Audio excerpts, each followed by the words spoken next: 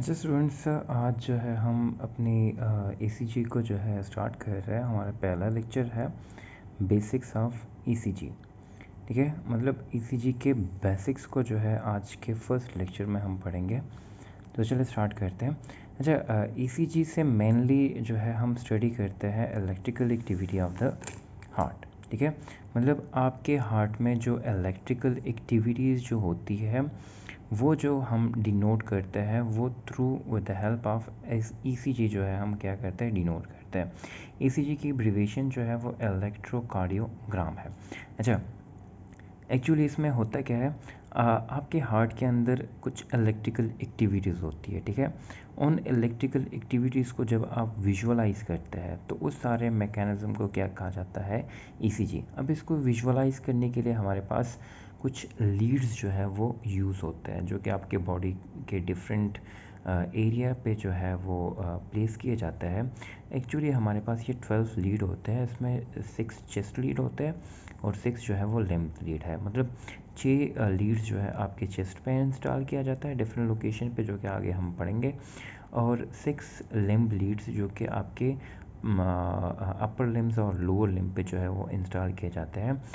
तो 12 लीड लगाने का मकसद ये है कि आपका जो हार्ट है उसको डिफरेंट एस्पेक्ट से देखा जाता है कि कौन सी जगह पे क्या क्या एबनॉर्मेलिटी है, और वो in the form of paper या in the form of monitor जो है हमें विजुअलाइज किया जाता है, जिससे हम डायग्नोस करते हैं कि आपके हार्ट में किस एंगल पे या किस पोर्शन में जो है क्या वो क्या है मसला है। तो चलिए स्टार्ट करते हैं।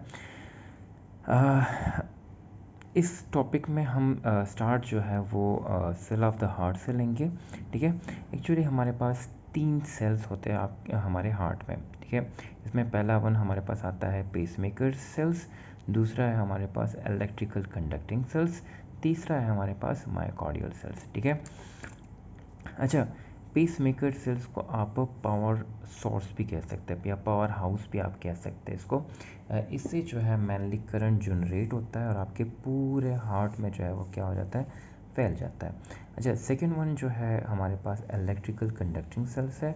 आपके पावर हाउस से जो करंट निकलता है वो इलेक्ट्रिकल कंडक्टिंग सेल्स आपके पूरे हार्ट में क्या करते हैं, फैलते हैं। अच्छा, इलेक्ट्रिकल कंडक्टिंग सेल्स को आप जो है hard wiring of the heart भी कह सकते हैं। मतलब ये जो है इनको आप वायर्स या फिर तारे भी कह सकते हैं, जो कि आपके मेन पेसमेकर से जो है करंट लेके जाते हैं और आपके पूरे हार्ट में जो है वो पिला देते हैं। ठीक है, जब थर्ड वन हमारे पास क्या है, मायोकार्डियल सेल्स, जिसको आप contractile machinery of the heart भी कह सकते हैं, जो कि आपके हार्ट की कंट्रक्शन और रिलैक्सेशन का जो फिनोमिना है इसको सर अंजाम देते हैं। ठीक है, अच्छा तो स्टार्ट जो है हम लेते हैं मतलब 3 सेलों में से हमारा पहला सेल जो है वो क्या है हमारे पास, पेसमेकर सेल्स। अच्छा, पेसमेकर सेल्स, इसकी अगर लेंथ देखी जाए तो इसका लेंथ जो है वो 5 से लेकर 10 माइक्रोमीटर लॉन्ग होता है। अच्छा, सेकेंड वन इसकी प्रॉपर्टी में क्या आता है कि ये depolarise spontaneously with particular rate. ये डिपोलराइजेशन का फिनोमेना अगर इसमें हो रहा है तो वो स्पॉन्टेनियसली होता है विथ पार्टिकुलर रेट। अच्छा, रेट की अगर इसकी बात की जाए तो रेट जो है वो can change with the internal and external stimuli. मतलब इंटरनल या एक्सटर्नल स्टिमुलाई से जो डिपोलराइजेशन हो रहा है इसमें का रेट जो है, डिपोलराइजेशन का रेट जो है वो जो कि स्पॉन्टेनियसली होता है वो जो है या इंक्रीज़ भी हो सकता है और डिक्रीज़ भी हो सकता है। दोनों स्टिमुलाई जो है या पे इंटरनल होते हैं या फिर एक्सटर्नल होता है। ठीक है, each depolarization spread all over the heart and cause one complete cycle of cardiac contraction and relaxation. अच्छा, जब एक दफ़ा डिपोलराइजेशन हो जाती है और इससे करंट जो है वो निकल जाता है, वो आपके पूरे हार्ट में जो है फैल जाता है, और वो करंट जो है आपके हार्ट के एक कंप्लीट साइकिल को कंप्लीट करता है, जो कि कंट्रैक्शन और रिलैक्सेशन की कम्बिनेशन है। मतलब एक साइकिल जो है उसमें वन टाइम कंट्रैक्शन और वन टाइम जो है वो रिलैक्सेशन खास हो जाती है। ठीक है, अच्छा ये होता कैसे, आपके ऐसे नोड से लेट सपोज करंट जो है वो निकल आया, आपके पूरे आर्टरियम में जो सेल्स है मतलब एक सेल जो है अगर लेट सपोज वो डिपोलराइज हो जाता है, वो साथ में अपने नेबरिंग सेल को क्या करता है, डिपोलराइज कर लेता है, ठीक है। और साथ में जो है वो दूसरा सेल्स और तीसरा वगैरह वगैरह ऐसे ऐसे ये करंट जो है आपके पूरे आर्ट्रियम में फैल जाता है। सेम टू सेम आपके वेंट्रियम, मतलब ये करंट जो है अगर लेट सपोज वेंट्रिकल में आ जाता है जैसे ही, तो वेंट्रिकल का ये सेल अगर लेट सपोज डिपोलराइज हो जाता है तो ये अपने साथ नेबरिंग सेल को भी क्या करता है, डिपोलराइज करता है। ये सेल इस सेल्स को और ये सेल फिर इस सेल को, ऐसे ही आपके पूरे वेंट्रिकल में जो है करंट फैल जाता है, ठीक है। अच्छा, आपके हार्ट में मेनली पेसमेकर्स की अगर बात की जाए तो दो टाइप के मेन पेसमेकर्स पाए जाते हैं, जिसमें पहला जो है वो है sino atrial S A node. Sino atrial का शॉर्ट फॉर्म जो है वो एस ए नोड है, या इसको दूसरा नाम भी दिया गया है साइनस नोड। और दूसरा जो है हमारे पास आर्ट्रियो वेंट्रिकुलर नोड, जिसको हम एवी नोड भी कह सकते हैं। अच्छा, एस ए नोड की अगर बात की जाए तो ये हमारे पास सबसे डोमिनेंट नोड है, या डोमिनेंट पावर हाउस इसको भी आप कह सकते हैं, located in the high up in the right atrium, ठीक है। इसकी रेट जो है, अगर रेट वाइज की बात की जाए तो ये जो है फायर करता है अराउंड अबाउट 60 से लेकर 100 स्टिमुलाई पर मिनट जो है ये फायर करता है। और इसका जो रेट है वो इंटरनल या एक्सटर्नल स्टिमुलाई की वजह से चेंज भी हो सकता है। अच्छा, यहाँ पे नोट करने वाली एक स्पेसिफिक बात है कि every cell of the heart have the ability to behave like a pacemaker.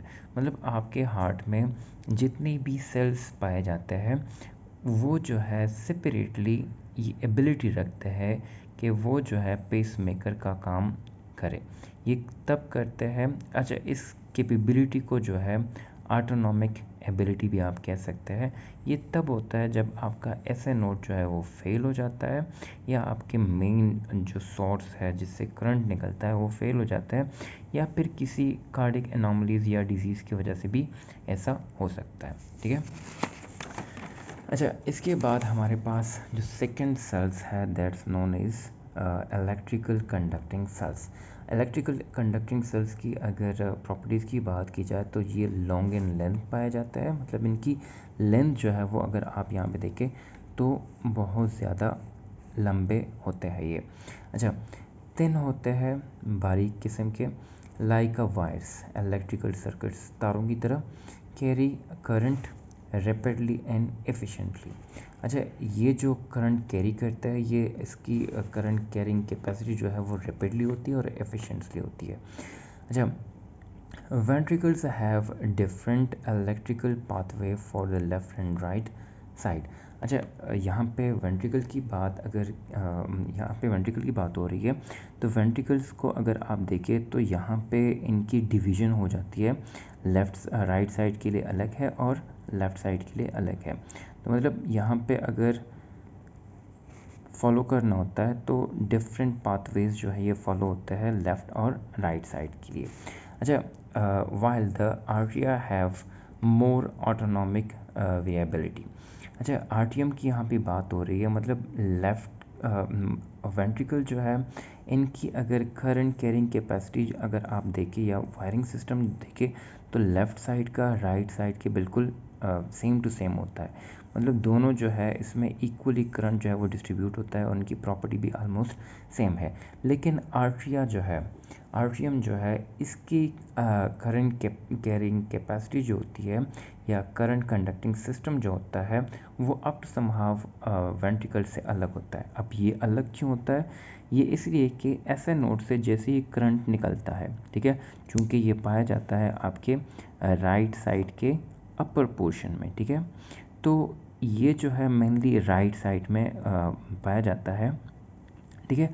अगर लेट सपोज यहाँ से करंट निकल रहा है तो आपका राइट पोर्शन जो है वो क्या हो रहा है, जल्दी जल्दी डिपोलराइज हो रहा है। तो इस चीज़ को ओवरकम करने के लिए नेचर में स्पेसिफाइड बंडल्स पाए जाते हैं जो कि आपके लेफ़्ट आर्ट्रियम को क्या करते हैं, डिपोलराइज करते हैं। इन बंडल्स को जो है बचमन्स बंडल्स कहा जाता है।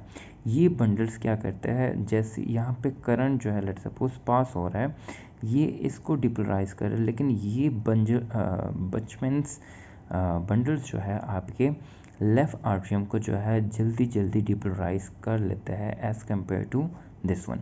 तो मतलब यहाँ पे जो वायरिंग है इसमें करंट जो है वो स्लो पास होता है, और लेफ़्ट आर्ट्रियम का जो वायरिंग सिस्टम है इसमें करंट जो है वो जल्दी जल्दी पास हो जाता है। तो इससे रिज़ल्ट में क्या होता है कि दोनों जो है at the same time depolarise और रिपोलराइज होते हैं, ठीक है। अच्छा, इसके बाद हमारे पास थर्ड सेल्स जो है वो हमारे पास आते हैं मायोकार्डियल सेल्स। मायोकार्डियल सेल्स जो है वो कवर करते हैं major part of the heart को, डू हैवी लेबर वर्क, मतलब इनका काम जो है वो बहुत ज़्यादा होता है, जो कि मेनली रिस्पॉन्सिबल होता है किस चीज़ के लिए, कंट्रैक्शन और रिलैक्सेशन ऑफ द हार्ट को।